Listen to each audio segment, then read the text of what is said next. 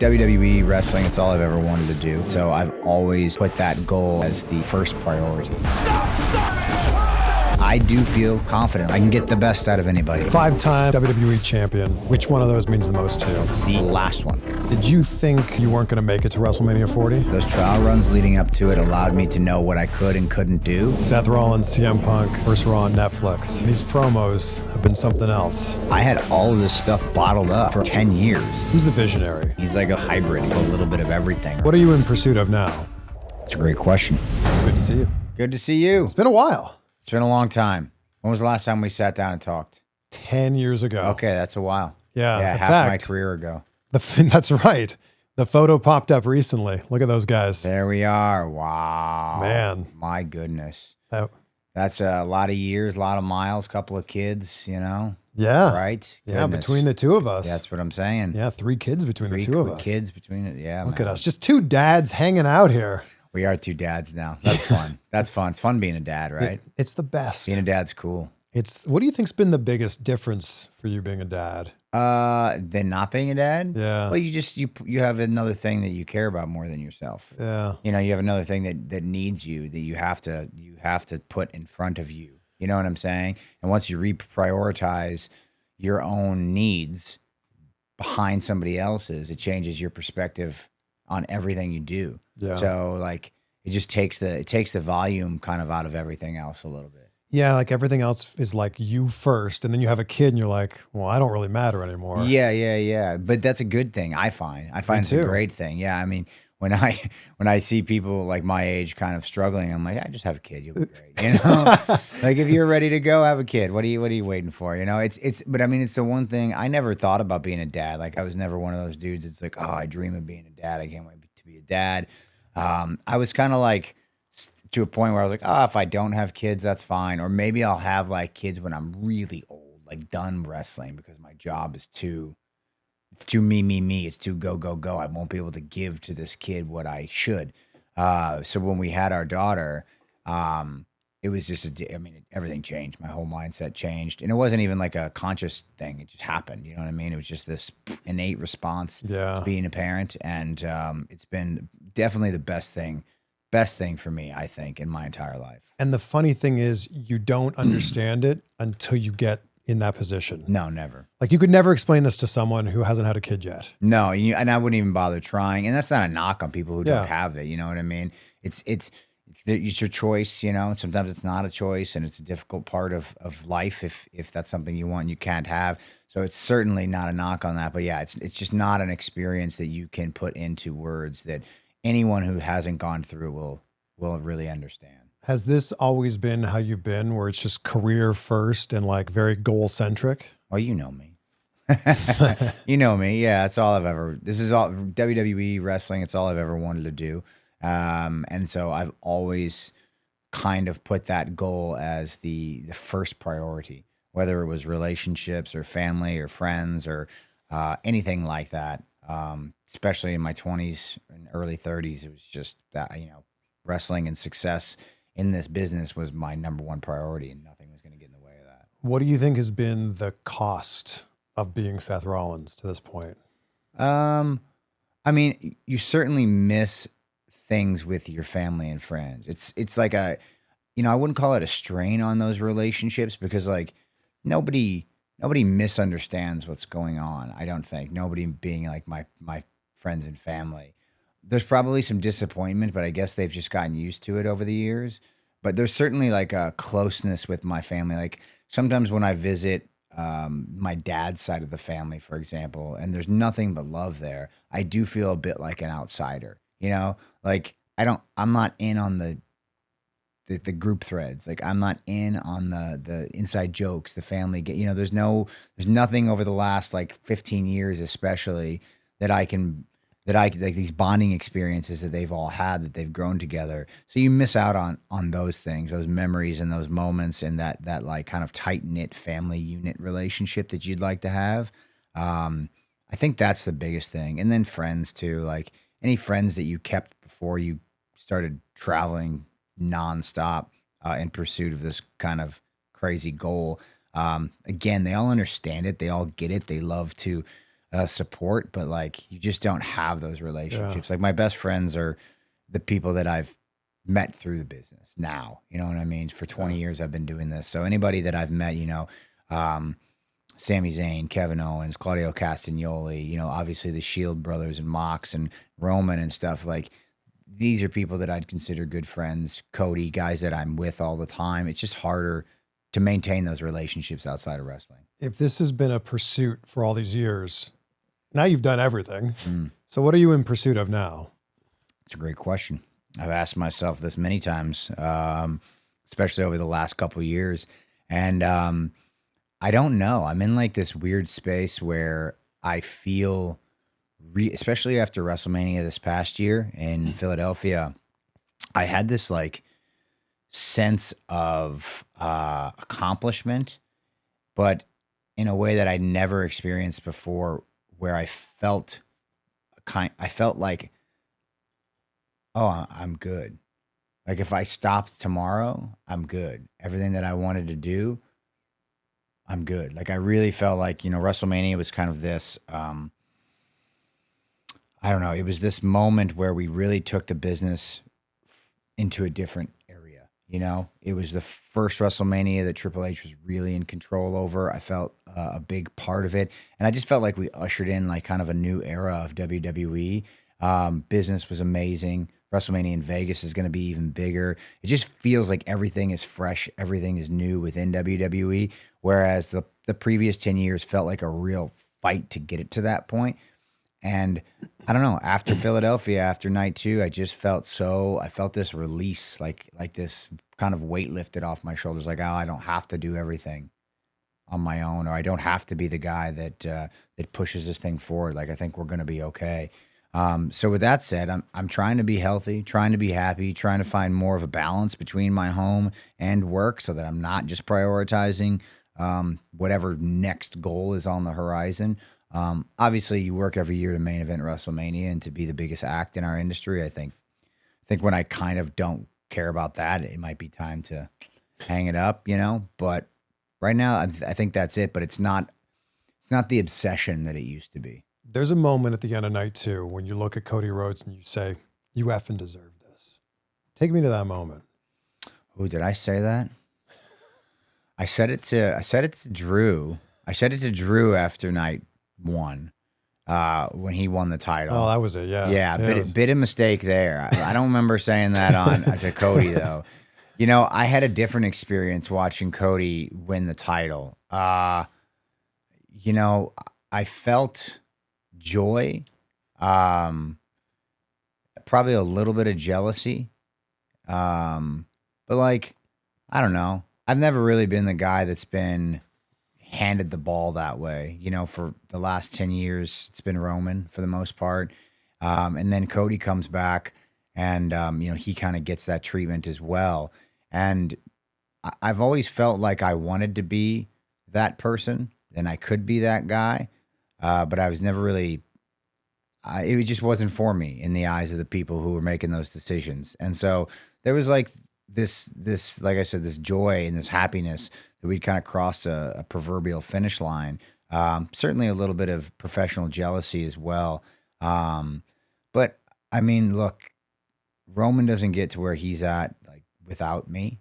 I don't think. I think he would tell you that as well. And certainly Cody coming back. There's a reason when he came back that I was the first person they put him with. And so I don't think he's where he's at if it's not for me. And I don't mean that in a way that's like arrogant or anything, but I've always been the person who wanted to put the industry and the company before my own personal desires. And I was okay with it. Like if we all did better, if the company did better and the business as a whole was healthier, I felt like I was doing my part, even if it was kind of unsung in many ways. So I told Drew, you effing deserve it. And he did, squandered it pretty quickly. Because, I get it. That moment, that there's a lot of emotions going on in that moment. And there's some things that don't go your way all the time when you're kind of wrapped up in yourself. But Drew had a really good year after that. So I kind of stick with what I said. He does deserve the spotlight. He works really hard. He's a guy who got fired and came back. He didn't leave like on his own. He got let go because he didn't know what he was doing. And he went and put in the work and then came back a totally different version of himself and has continued to improve. And say what you will about him being a super troll online, but I mean, when you get him out there in the ring, whether it's with a microphone or in a match, he's one of the best there is. It also felt like he deserved a WrestleMania moment in front of a crowd. Yeah, of course. Yeah, I mean, he after got 36. Yeah, he got kind of robbed of that, as a lot of people did during COVID, of any types of moments that they could share with other human beings. He was having the run of his lifetime leading up to WrestleMania, and kind of got that taken away from him. So it was nice to be able to be there for him, and to be a part of that moment for him so that he could sort of experience that. So I know that most of the time you see me wearing t-shirts during these interviews. I guess it's kind of become like my uniform.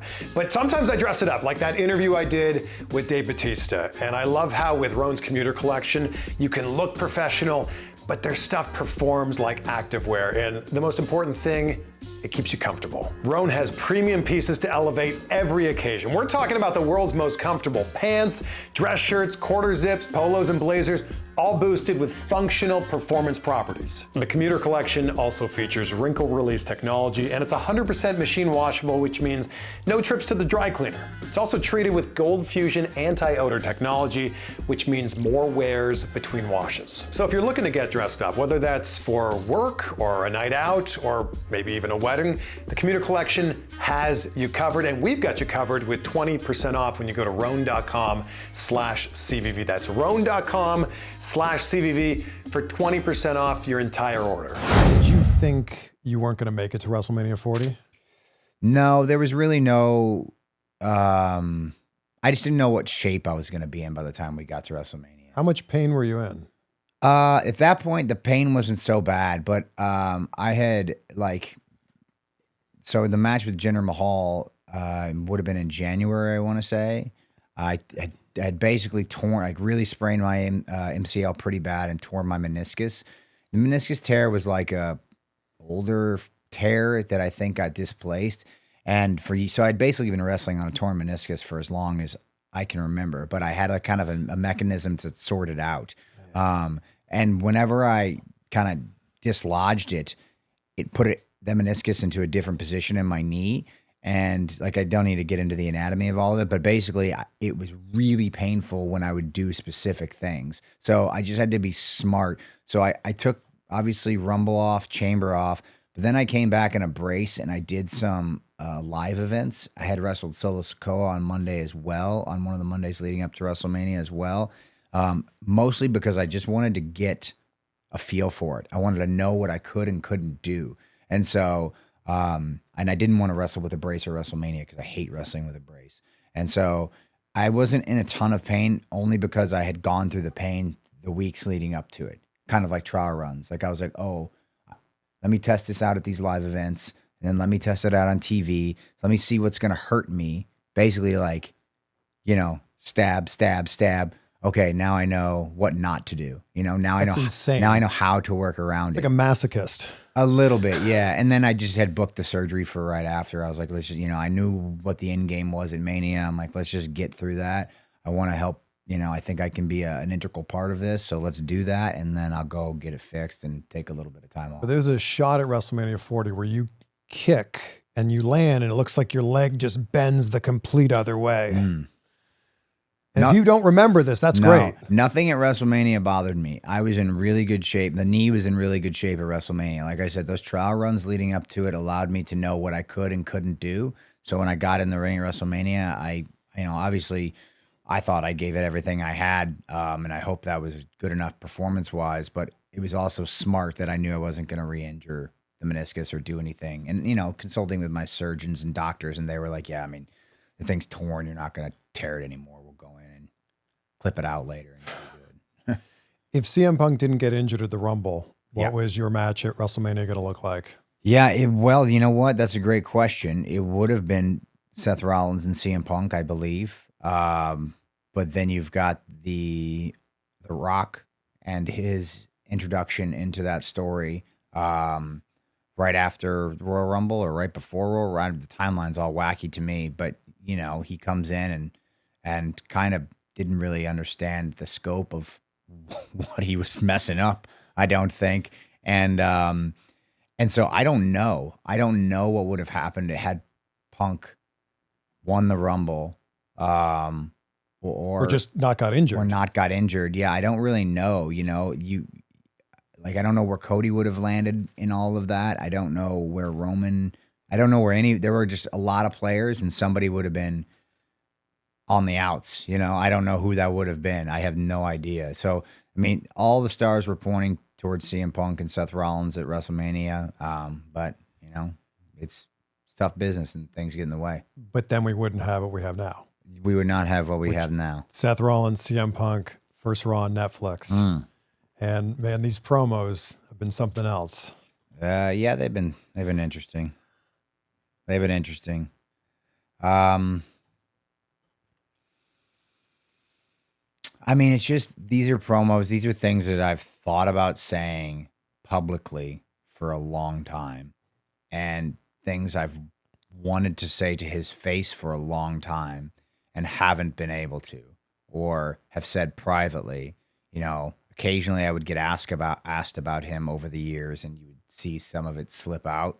But most of the time I just never wanted to acknowledge his existence, because he was he really was just a cancer to my career for many years while he was gone. He an intentional one, you know what I mean? He was a parasite. He really just wanted to he seemed like every time he could take a pot shot at me or the company, he was trying to. And so I never wanted to give that credence, because I just kind of looked at him as like a troll. I'm like, I don't want to acknowledge these things, because then it looks like they matter, and they don't. But it did bother me internally, because, we were trying, dude, that roster from he leaves in 2014, right? I think. Mm-hmm. We were hustling, dude. We were trying our damnedest, and we were given garbage a lot of the time, and we were making the best of it. And he was in a position where he'd made a bunch of money and could just dip and go. And there wasn't an alternative. AEW didn't exist at the time. There was nowhere else to go. What are we going to do? Just pack up and leave because CM Punk's feelings were hurt? Because that's what he wanted from guys. He didn't want people who were his friends to stay and work for the company, because he felt like it was it's some sort of betrayal to him. And I'm like, dude, A, this is my dream job. B, this is how I earn a living. And I'm trying to get to your level. I don't have the luxury to just quit. I can't go anywhere else and get paid this kind of money. My career, I don't get to work till I'm 60 either, So it was one of the most selfish things I'd ever seen out of a human, leaving the way he did, and then kind of expecting other people to follow him, and then taking shots at the place from a distance, when he wouldn't even explain to his friends why he was so resistant to continuing that friendship. I never got an answer out of it. Were you friends up to that point? Yes. We were friends till he left, and we had a mentor-mentee kind of relationship, at that point, because I was a lot younger. So I didn't push. I sent him some texts and called him after he left, but I wasn't comfortable enough with him to because we were peers, but he was here and I was here. So I didn't want to push that envelope. So after a while, I just let it go. And then even over the years, I reached out to him a couple of times to try to engage and just see where he was at, and if he was interested in coming back. And nothing, no response, except whenever he would get a chance, he would just talk as much crap as he could.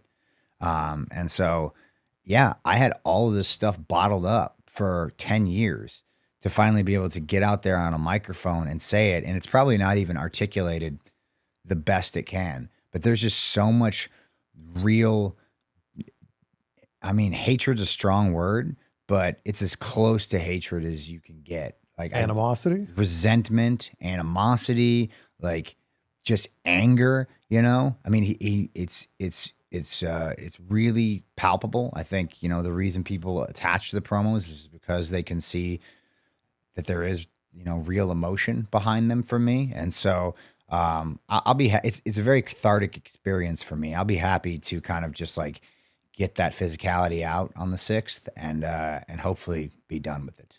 Did you ever think CM Punk would come back to WWE? When he joined the broadcast team on Fox, when they were doing that backstage show, I think it was, I thought to myself, okay, maybe there's an opportunity here. And then when he joined AEW, I kind of thought, maybe he'll have like a Twilight run here. But there were then a lot of times where I just thought, because it wasn't like, I know he makes it out like he didn't really like the other guy that was in charge. But the truth is he didn't really get along with the current guy that's in charge either. That wasn't like they were pals as well. So I think that even when Triple H took over, I didn't think there'd be an olive branch to be had, So kind of 50-50, but I would waver more towards no, I never thought it was going to happen. And you weren't told he was going to come back at Survivor Series? No. No, that was a bit of a surprise. You didn't look very happy. What I wasn't happy about was, Randy had just come back from a long hiatus. That was his moment. It was a great moment. I mean, the reaction for him when he came through the curtain was unreal. And, we went out there. There was 10 of us out there, and we went out there and had a hell of a contest. And just didn't really need him, didn't really need him, but it's Chicago, it's his city. I don't know. It's the most classic, make everything about me CM Punk moment I've ever seen. And so, I'm like, when you're in that moment, your adrenaline just going through the roof, you're just on the top of a cage celebrating with your pals and sold out Allstate Arena going bananas. And then that happens and it's no longer about the performance. It's no longer about Randy. It's no longer about, what you had done to get to that point. It's just, hi guys, it's about me. Remember, I'm the guy that you miss. Remember me, guys? So, just another kind of, you throw that on the pile of disgusting CM Punk moments. But don't worry, he's not selfish. He's in it for, helping everybody else. It's interesting that you point to 2014 because that's kind of that era of your career is kind of when you start to come into your own. Figuring it out. Yeah, right? Figuring it out. I've been wrestling for about 9-10 years at that point. It's also, that's when you win Money in the Bank. Yep. And then fast forward to WrestleMania 31. Yep. That was 10 years ago. 10 years, sir. We're about to be at the 10-year anniversary. Wow. Mm-hmm. Yeah. I mean, that was the early stages of the career, but certainly trying to figure out who I was. That was kind of my first, I guess I dipped my toe in the water of finding a character at that point for the first time. The Shield was a character unto itself, and we had, individual identities within the Shield. But prior to that, in my days on the independents, I didn't really understand it. It was, developing a character wasn't really anything that was needed at the time in the 2000s, kind of rising up in the indies. And I didn't really get it, I think, down in developmental and Florida Championship Wrestling. I think, I understood the need to be able to cut a good promo, but I didn't really understand developing a whole personality in a character. And so when I got with the Authority, when we did the breakup of the Shield, which arguably one of the bigger moments in the history of our industry, that was the first time when I realized kind of who I was in that space, surrounded by Hunter and Steph and Kane and Randy and Big Show and the Authority and who I was meant to be in that space. And so I kind of just dove in, I dipped the toe, liked it, dove went head first. And then everything's just been kind of this cool ride since then. What was the original pitch they gave you for the Shield? None.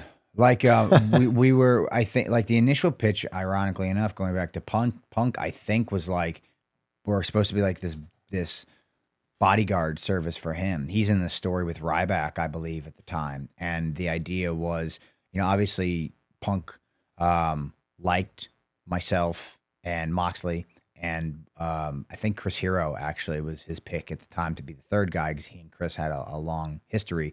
But they really liked Roman, they being the office in WWE. And so they weren't sold on Chris yet. Chris hadn't been in developmental as long, I don't think, as Moxley and myself. He had kind of just gotten there a little bit. He's a little bit older, but I think they wanted to kind of test him out a little bit.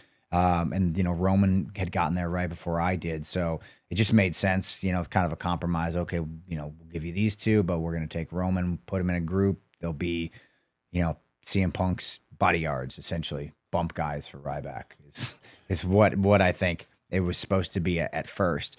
But after the debut and the first week, I think they realized, oh, wow, these guys actually have traction.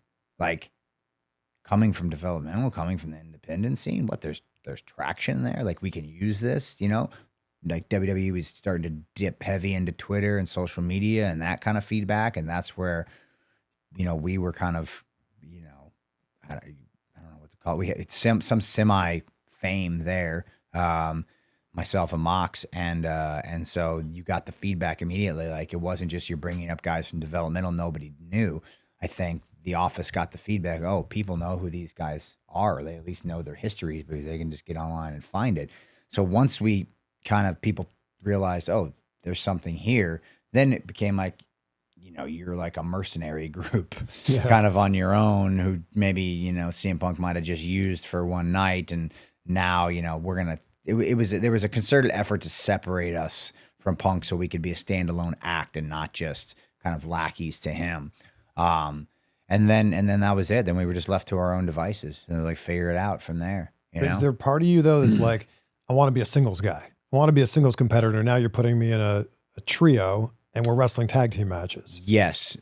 I'd been in a tag team with Jimmy Jacobs in Ring of Honor. But that was a little different because Jimmy was the captain of the ship. And so I was just kind of along for the ride. Here in the Shield, I myself and Mox had sort of built up a lot of experience at this point relative compared to everybody else. And we were very confident in our ability. So we were kind of the leaders of the group in the sense that Roman didn't have the experience yet. So we were kind of tasked behind the scenes with figuring out the machinations of how matches would work, promos would work, stories would work and stuff like that. So we were both singles guys. Like, I don't think Mox, he did a little bit with Sami Callihan as a tag team, but like certainly our wheelhouse is being singles dude. So we weren't expecting, and the group thing was thrust upon us when we had very little lead time to like figure out what we were doing, which is why we showed up in turtlenecks the first night, because that's just what they gave us.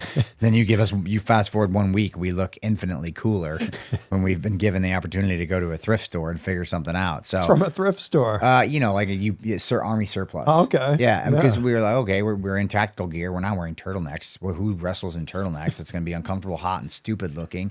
The trifecta of doom. So like, let's get rid of that. And then it was just like, all right, we all lived in different places. Everybody's just going to go to these stores and find whatever fits, and shockingly, we all came back with like 3 different looks, just 3 different, whatever fit our personality looks. And then we just kind of continued on and tried to figure it out.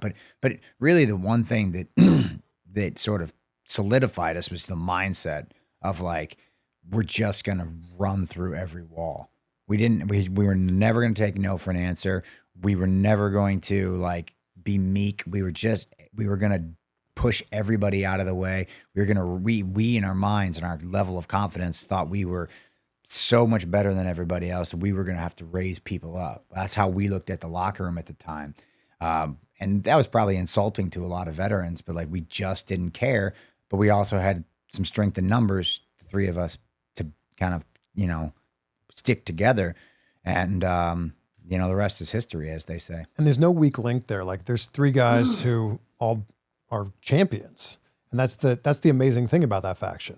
Yeah. I mean, in the beginning, you could have picked Roman as a weak link just based on his experience, but he's an extremely quick learner, extremely quick. Obviously, the business is in his blood. His family's been in it for generations, but like, he's super observant and like understands everything immediately. So he picked up stuff like a sponge and understood what his role was within the group and like took it to the next level. And you kind of watch that throughout his career as he developed. You see the people he works with, he learns from them. He watches them in the ring, outside the ring.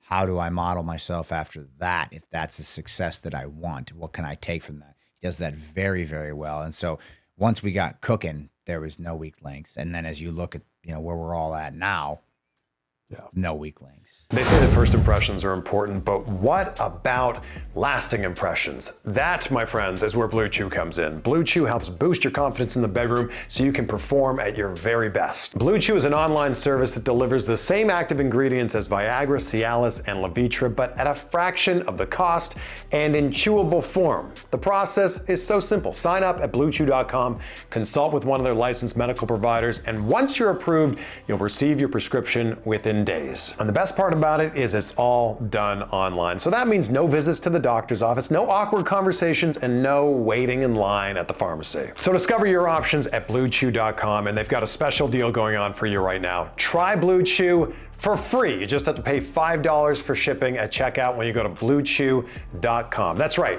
Try Blue Chew for free by going to BlueChew.com. All of the details and the safety information is up there on the website. That's BlueChew.com. And a big shout out to Blue Chew for always supporting the channel.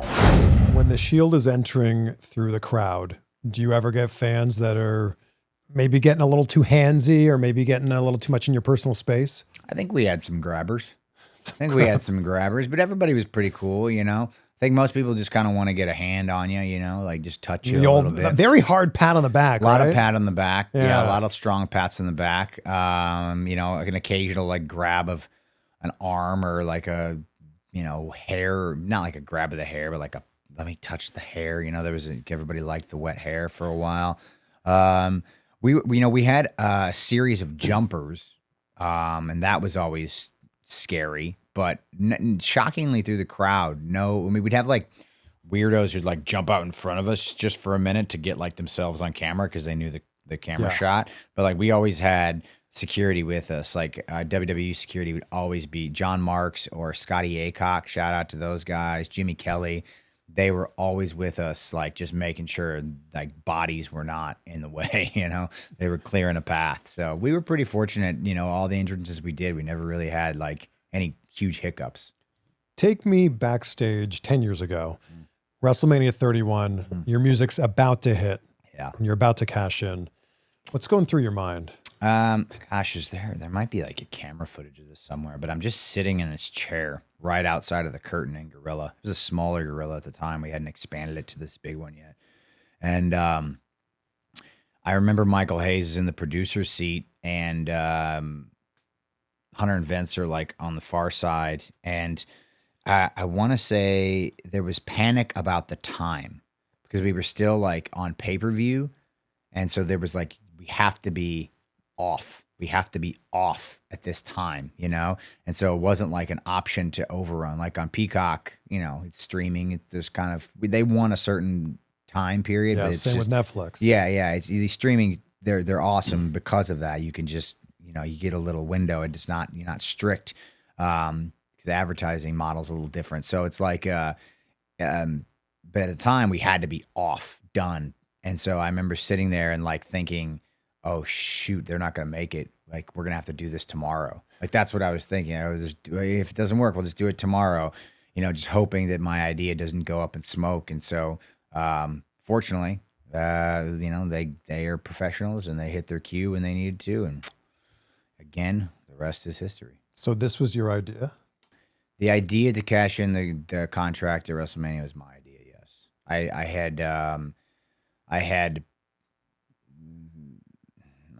had put it into the ether probably 2 months prior or so. Because you remember I win this thing in like July or June, and immediately when you win it, you look at the landscape and you go, okay, when can I cash this in? At the time, if I'm not mistaken, there was only one world championship, right? And the champion was Brock Lesnar. Mm-hmm.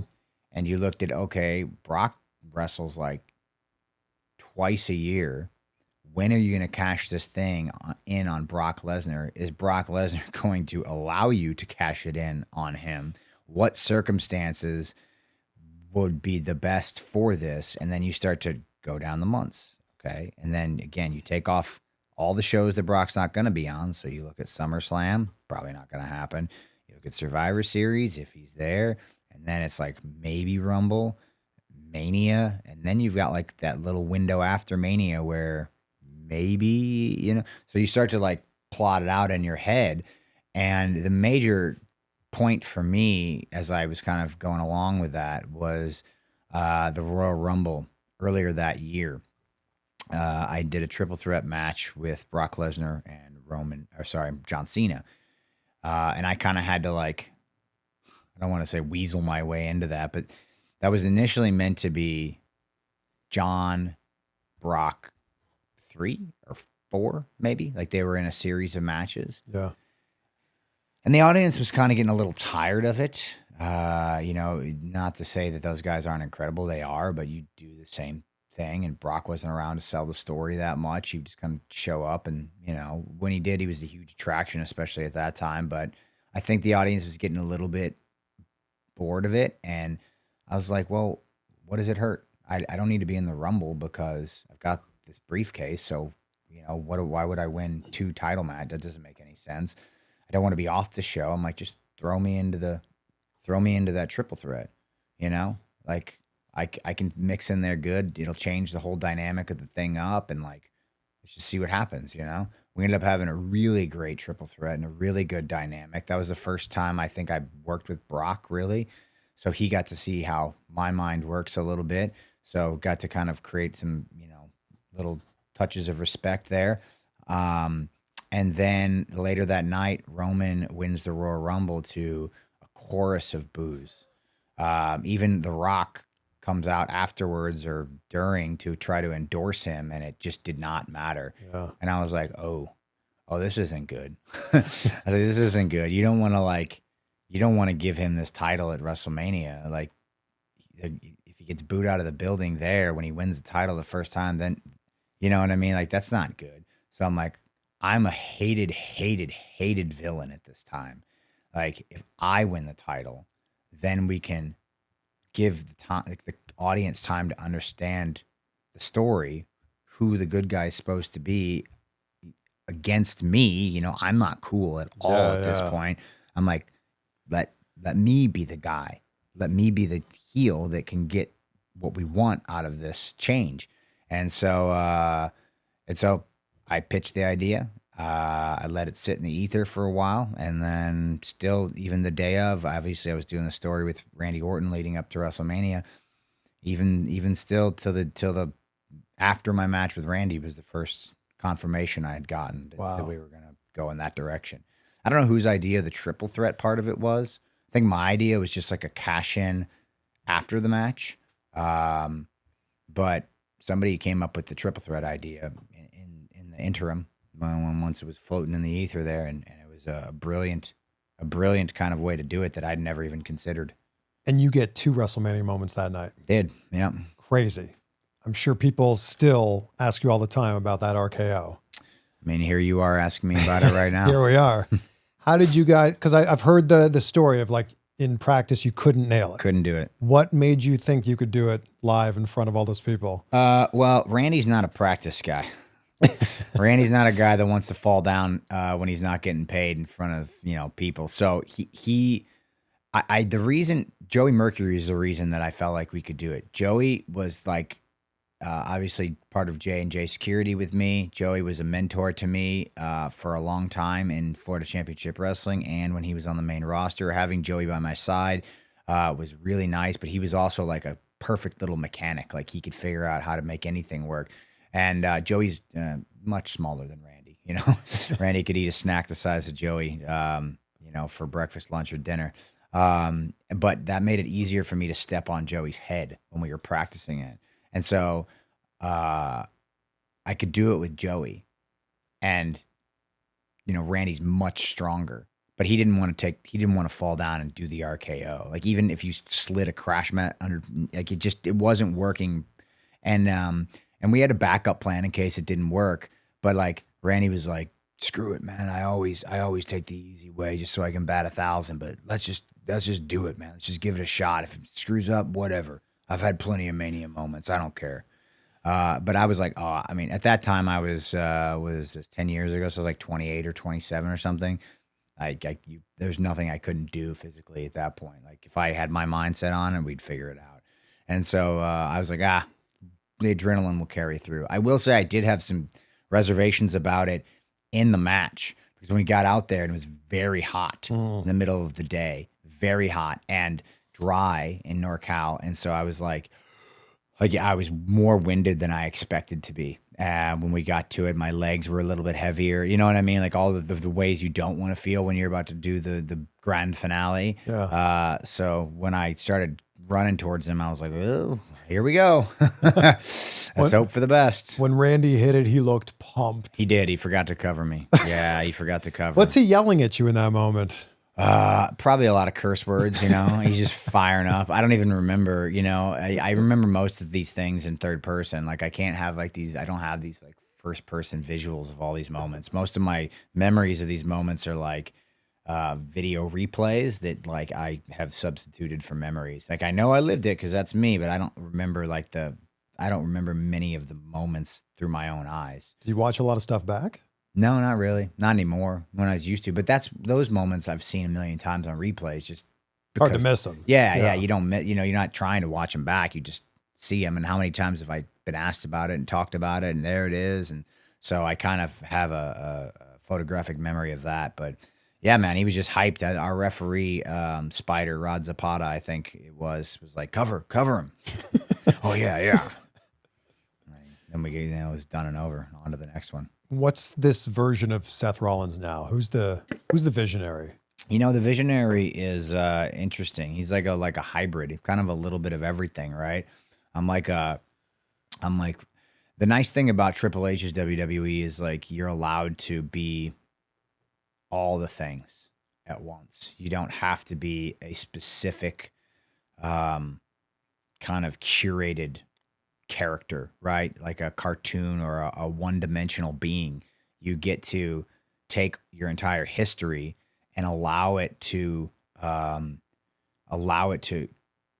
take you to the next place in your career. And I've always liked to do that. Like whenever I've thought about what my transformations might be, I've always tried to take logical steps for why I would get to that point mentally in my head, whether it's, you know, storyline development or my relationship with the crowd, or just through time past.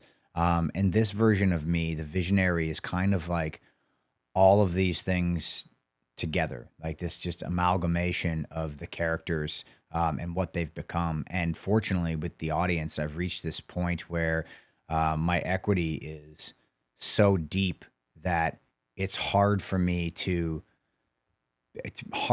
be like a full-fledged character because they are so connected to me as a person in real life, you know. And a lot of our fans who've been with us for so long, they know everything about who I am and what I've done and all the differences in my characters and in my personal life, and they've been along for this ride. So, you know, I remember when I came back in Corpus Christi, you know, earlier this year, you know, had a conversation with creative about like, okay, well, who am I? And I think it's just, I am who I am. You're going to get kind of flourishes of the visionary, of the architect, of Mr. Money in the Bank, of, you know, Monday Night Messiah even. You're going to get all these little pieces. And because of the equity I've been fortunate enough to cultivate with our audience, they get all of it and they respond accordingly. So some of the things, you know, they don't like that I try to put Rey Mysterio's eyeball out of his head.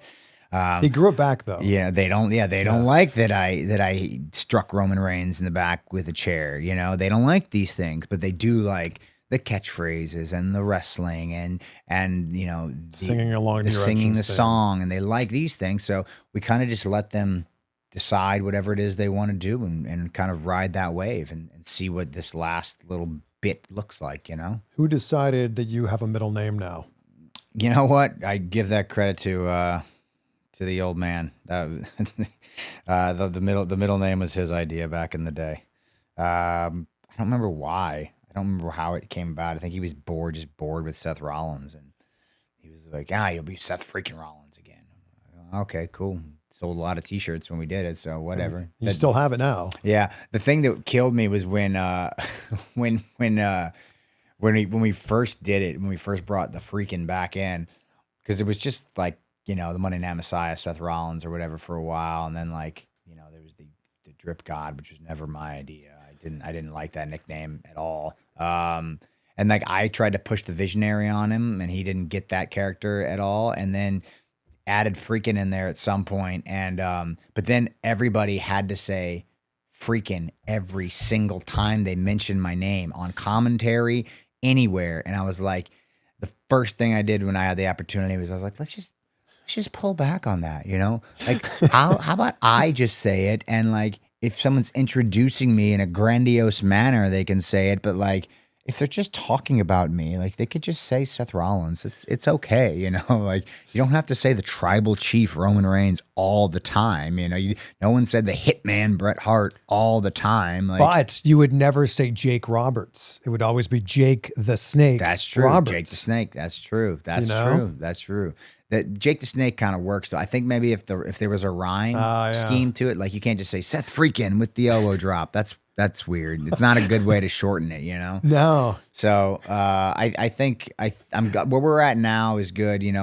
People throw the Freakin in there for emphasis, and it's great on the introductions. It makes for a nice callback with the audience. Yeah. But like, if you're just talking to me, Seth Rollins works just fine. What does your closet look like these days? It's bad. Yeah, it's bad. It's or is really it a bad. whole other room now? It is another room. Who has a bigger closet, you or Becky? Seth Rollins has a bigger closet than both of us. My closet is very small. So we share a closet, obviously, in the master room. Sure. And her side of it is 96% of the closet. My side is 4%. It's t-shirts and shorts. That's pretty much all I wear. Seth Rollins, however, has a closet on the other side of the house, one of the guest rooms, and that closet is nuts. That closet is in constant rotation.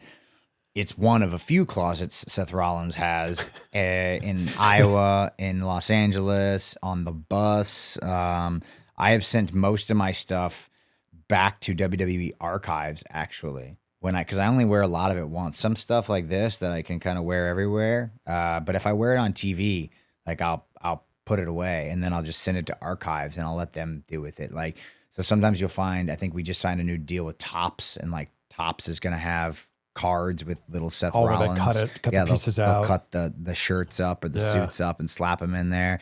We've done cool things at our major events where they'll have these, I don't know, like kind of just suits like on mannequins or whatever, and like show where I wore it and what happened. And that's always a cool thing for fans to, see, I remember that. So I didn't want to get rid of everything or donate everything. I've donated a fair share of things too. So there's probably like some kids walking around somewhere with just wacky Seth Rollins backwards shoes on or something like that. But yeah, I mean, they're all over the place, man. It's really, it's way too many clothes. I long for the day when I can just go back to, wearing my own t-shirts and pants or something like that. Are there parameters? Like when you see an outfit, is something too much? Oh, no. My stylist, Troy, he always says, I'm thinking about something crazy. And I'm always like, do it, go for it. Man. Because now it's just part of the appeal. You go, what is he going to come out with this week? It used to be people made fun of it in the beginning, and now everybody's on my side. Well, now it's like, what's he gonna wear? Yeah. When your music hits, it's like, well, it's a part of the act. Yeah. You're like, oh my God, those shoes, or that hat, or those red boots. Yeah. Or like weird stuff happens where like I had this blue outfit with the blue vest on, and I like took the vest off and ripped it off, but it just looked like I had the same, like it looked like two jackets, but it wasn't. It was a vest and a shirt, but it just looked like two jackets because you couldn't see the shadows from the vest. So I ripped that off on the way to fight Bronson Reed, and people are like, he just took off a jacket and is wearing the same jacket underneath. It looked just like that meme of Sting taking off the mask. The Sting mask, Sting. to have Sting face paint on. Yeah. No, but weird stuff like that happens, so it's a fun thing, and it's a cool thing for people to look forward to. And yeah, but when you do it 52 weeks a year on the go, it certainly adds up. How did you come up with this laugh? I did the laugh a long time ago when I was like the architect, or when I was a heel. I would bust out the laugh a little bit. And then when my character started to evolve from because I mean, you know, the Monday Night Messiah character was mostly done during COVID. And when I had my kid at the end of 2020, I come back a month later in 2021. Like I felt like that character was gone, but I wanted to do something different. So I started to like dip into whatever this idea was going to be. I kind of looked at him as like a cult of personality, like a little politicky, a little Trumpian, if you will, in the beginning. So if you look back at like early 21 going into WrestleMania and stuff like that, like I wanted like a little cult following kind of thing going on. I thought that segued kind of perfectly out of the Monday Night Messiah stuff and into this sort of like modernize the cult leader kind of thing. And then it just like sort of took on a life of its own.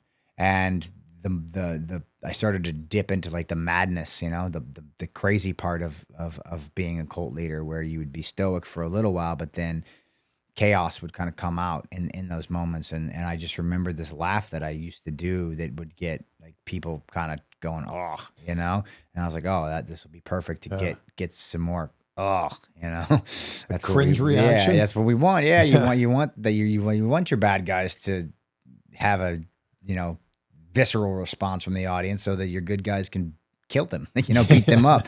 That's the idea, you know, that's how you make your villains. So I was like, every, you know, not every, but a lot of good villains have like these kind of, these laughs that go along with them. So I was like, we'll stick it in, you know, and then it just took on a life of its own. Diabolical.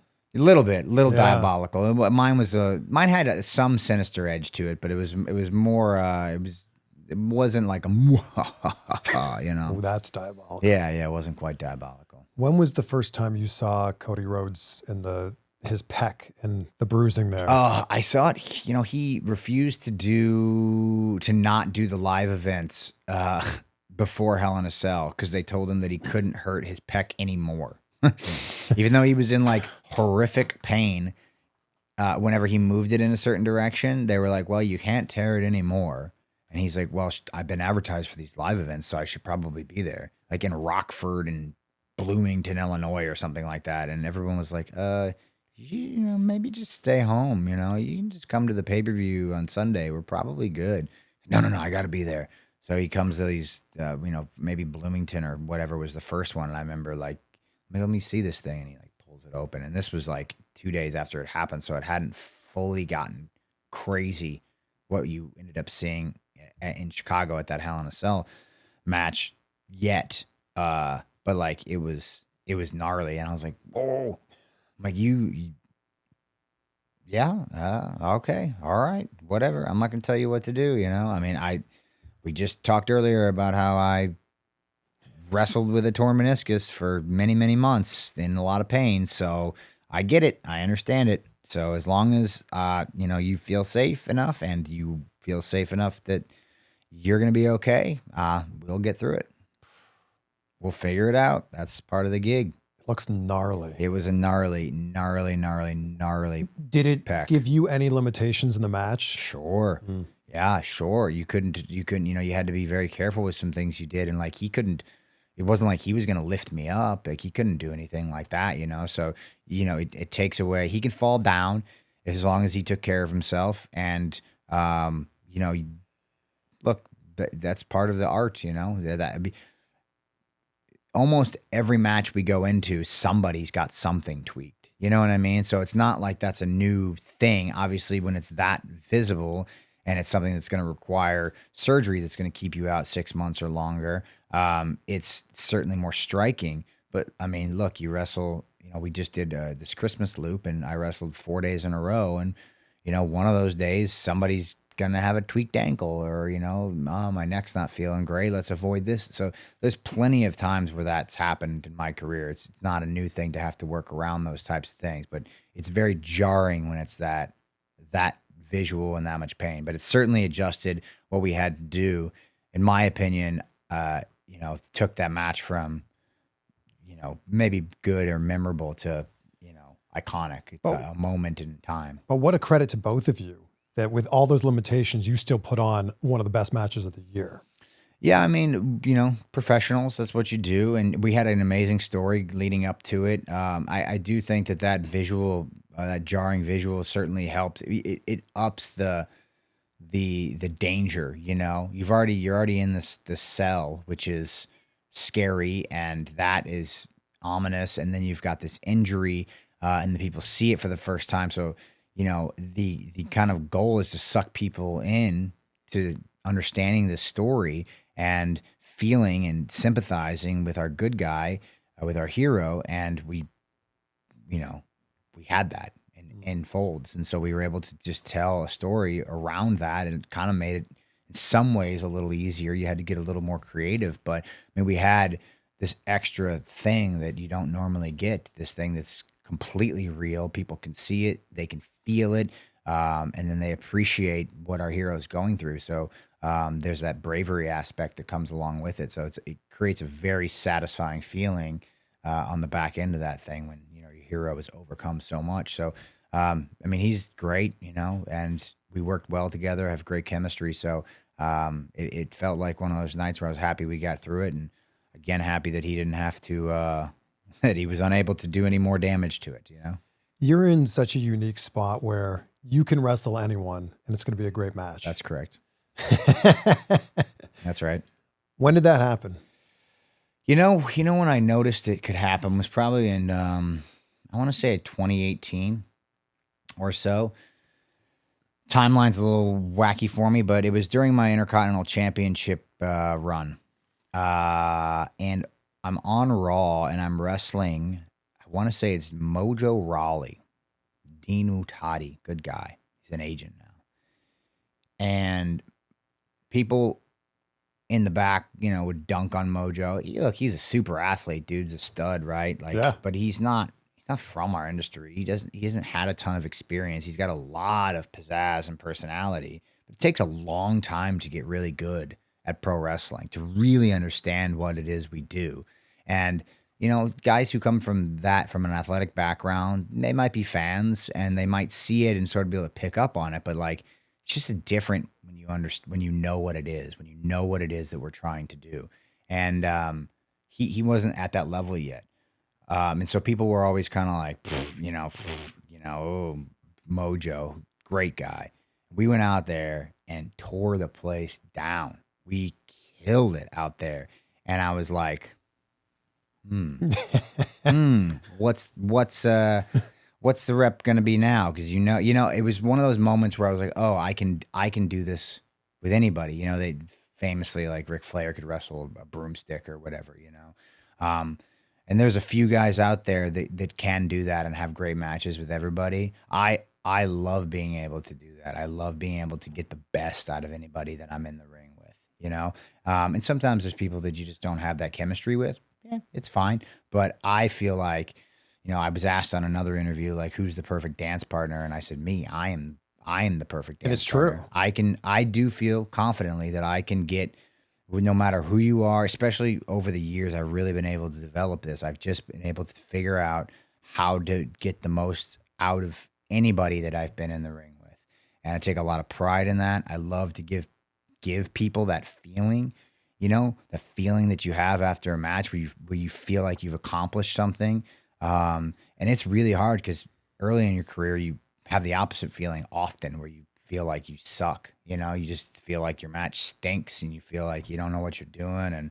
And so to come back from a match where, someone like Mojo, they get really nervous in an opportunity like that because they don't get that opportunity very often. And so to be able to go out there and hit a home run and have that feeling where it's like, hell yeah, man, I can do this, gives you that will to want to continue, to want to push harder, because it's like, for anybody that's ever played golf, for example, right? Golf is hard. These professionals make it look like it's cake on TV, dude. Golf is so hard, hitting this little ball. You will mess up 99% of the shots you take. And that's not why you come back. You come back because one of those shots is going to go exactly how you saw it in your mind. Yeah. And you're like, oh, maybe I can do this. Yeah. Maybe this is for me. That was awesome. And that feeling of success, if you can help give that to somebody and like send them on their way in a good trajectory, like I take a lot of pride in that. That feels really good to be able to help people that way.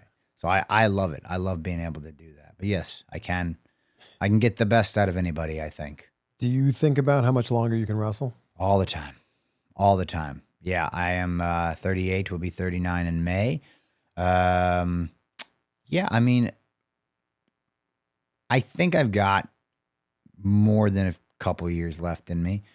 The dynamic of the industry has shifted so much. I'm not wrestling 200 times a year anymore. I'm not on the road 300 days a year anymore. Live events, non-televised events have kind of dissipated, which for me, guys like me who've been, I've wrestled over 2,000 matches in my career. Like, that's nice for me. It's just like riding a bike for me. We'll see how it is for people coming up who need that experience. We'll see what that looks like in a few years. But with that schedule, I feel like I'll be able to extend my career probably longer than I thought I was going to. And then it just depends on where I want to go from there, what I want to do next, and how much time I'd like to spend at home with my daughter, taking her to do things that are important to her that are a lot more important than making towns. What's going on with Captain America Brave World? Are you still in it? Releases in February. I wish it the best, but I am not a part of that film. So maybe they'll be like, what happened? Well, does my NDA still apply if I'm not on the? Oh, that's a good question. On the film anymore? It's just the two of us. You know what? Truth be told, any answer I would give you would not be. It would only be my opinion on it. The script went through a lot of rewrites and reshoots, and so what I was there to do, essentially my role got either repurposed or completely erased, and so I did do a bit of an audition to possibly pop into another role, I believe, or the repurposing of my role. I'm not exactly sure on what it was, but they ended up going in a different direction with it.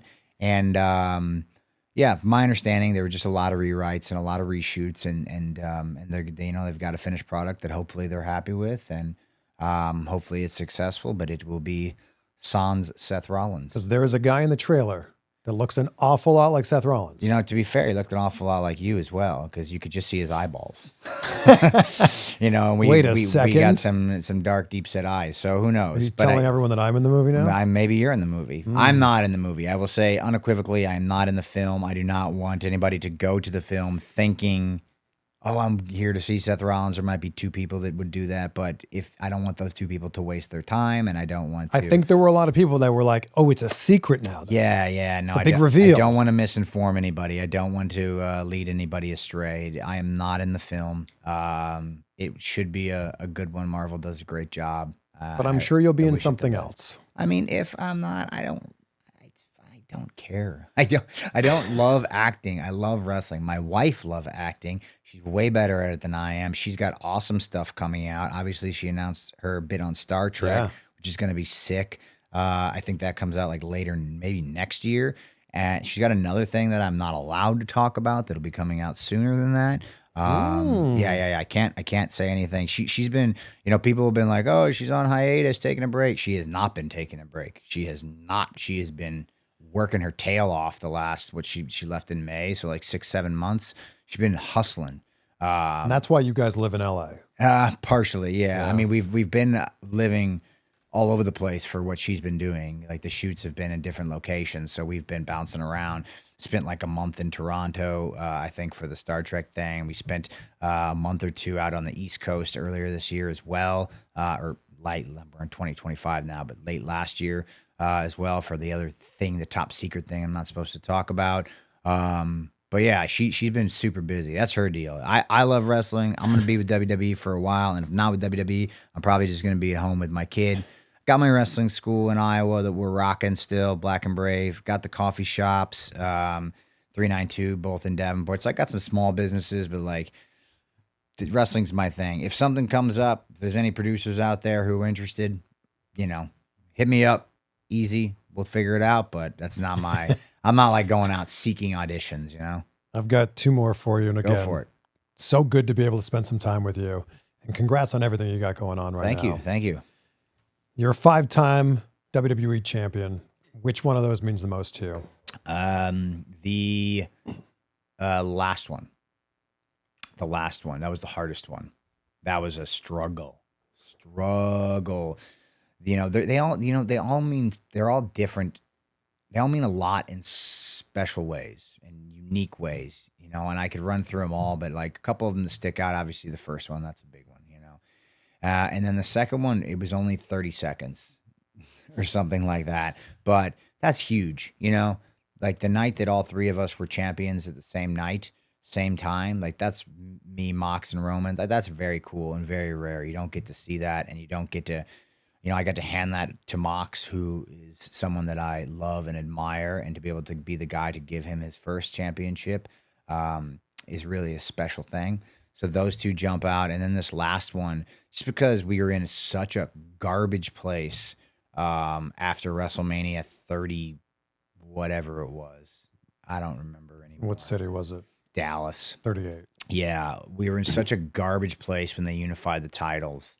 It was like there was such a low ceiling for everybody. We didn't have the two titles. We didn't have a way out of getting the titles separated. It was like we could not get that done. We were just, there were so many, every suggestion just had a wall in front of it. It just couldn't get done. It was hurting the rest of the roster to not have anything to go for. And so to finally be able to get to that point where we had another world championship, even though in the beginning you knew people were just going to dunk on it, you knew people were going to call it lesser than, and rightfully so. These are all got a lot of secondary champs. These are all fine and understandable complaints. You know, when you introduce a new title, that's how it always happens.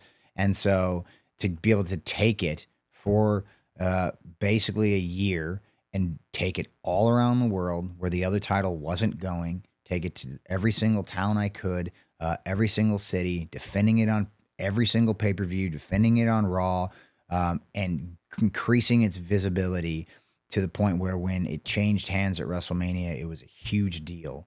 That was very important to me, and to be able to get it off on the right foot, I felt was very important. So having that ball handed to me and being able to take it and run with it was something I took a lot of pride in. Especially at a time when the other championship wasn't really being defended. That's what I'm saying. Yeah. It didn't exist. So the ceiling was super low for guys who wanted to reach the top. There just wasn't an avenue to reach the top. And in our industry, the top are the world titles. And if you don't have them, you know what's that? This is why in other sports, when champions don't compete, they take their titles from them, and they have interim championships. You know, that's what those exist for, so that everybody else can have something to fight for, to raise their profile and to raise everybody else's profile. So to be able to take that world championship and do that for the rest of the roster and the industry, I felt was important, and I was honored to be tasked with that. You, sir, have had a hell of a career. Thank you. Future Hall of Famer. Thank you. And well, great to be able to sit down with you. It's been far too long. So thank you for this. And I'll wrap this up with a question I ask everyone at the end, because gratitude's so important to me. And I think it's important to speak it out loud. What are 3 things in your life you're grateful for as we sit here right now? Oh, man. First is my health. I think without that, you know, I'm just not able to do anything, right? You take that for granted when you wake up every day and you have this agency. You know, you need to be able to have that is extremely important. And not just my health, but kind of like health in general of people around me. I'm very fortunate to have people around me that are also, you know, good and well. My mom and dad and all that stuff, family. What else? I'd say, I mean, gosh, does it have to be 3 things? You can have as many as you want. 3's so hard, dude. Because, you know, I am so grateful for, honestly, everything that is at my fingertips. I think about where I was as a young kid growing up in like the tiniest town in the middle of Iowa. and to be able to have even a smidge of what I dreamed of. And I was kind of writing about this the other night. I'm sitting here and I'm writing about like I have more than I've ever dreamed of. Like where I'm existing now is in a place that I couldn't have imagined. Like my brain and my worldview wasn't I didn't have the scope to imagine the life that I'm able to live. And I didn't do that on my own at all. I had so much help along the way. I had so many people and so many circumstances that have allowed me to do that. And I'm so grateful that I get the opportunity to perform and to give back to anybody who might need the same inspiration that I needed when I was younger. To be able to like raise a kid in this world, to be able to, cultivate relationships with people who love what we do, and to be able to like just feel that energy and connection, to be able to spread that as far and wide as I possibly can. I'm so grateful that I get to like be Seth Rollins. Like that's a privilege. And I don't take that lightly. So I'm sorry that I can't boil it down to 3. But if you want to end on gratitude, I am very grateful that I've been able to do what I do, have what I have, and share it with other people. I love that. Thank you again for this. And looking forward to what 2025 has to bring for you. Yeah, maybe let's not wait another decade before we do this again. And maybe in a year or 2. We'll do a checkup. Yeah, we'll do a checkup sooner than later. You're just down the road. It's That's perfect. right. That's right. Yeah. All right, man. Thanks, Thank you. man.